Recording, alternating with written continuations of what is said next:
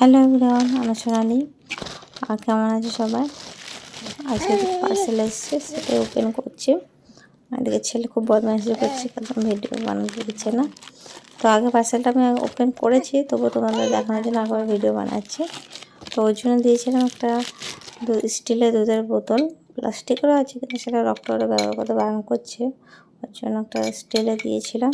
দেখছি খুব ভালোই এসছে, খুব সুন্দর। আর একটা অর্ডার দিয়েছিলাম দেয়ালে, মানে ওয়াল হুক যেগুলো হয় সেগুলো। দেখছি সবাই ওরকম ব্যবহার করছে, তো আমিও তাই জন্য কিছু অর্ডার দিয়েছিলাম। দেখছি 20খানা এসছে, তো ভালো এসছে, দেখি ব্যবহার করি কীরকম হয় হ্যাঙ্কিংগুলো।